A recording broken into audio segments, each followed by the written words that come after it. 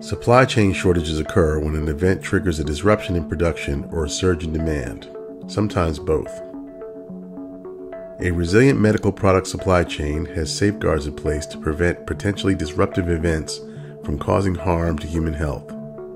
These include awareness measures, which form the foundation of a resilient supply chain; mitigation measures, to avoid disruption entirely or reduce its magnitude; preparedness measures, to reduce risk by preparing for disruptions; and response measures, to minimize harm and resolve the shortage when preparedness is absent. Let's look at a real-life example to understand how these safeguards can help ensure access to medical products in the wake of a disruption.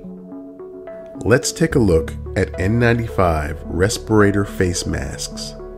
In early 2020, N95s were one of the most important tools in preventing the spread of COVID-19, but they were hard to find, and messaging about what masks to use was inconsistent and confusing.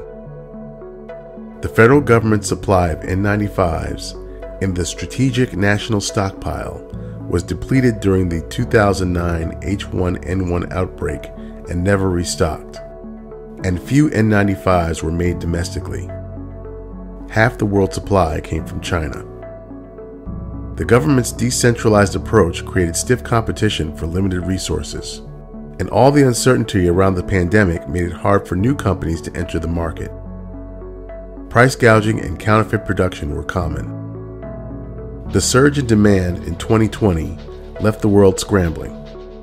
Lockdowns in China in the early months limited its ability to ramp up supply, and China banned exports to other countries. In response, the U.S. government reduced demand by recommending that N95s be sterilized and reused, and at the same time increased supply, spurring domestic production by ordering 500 million masks and invoking the Defense Production Act to prioritize government contracts. To learn more, visit the National Academy's website at the link below.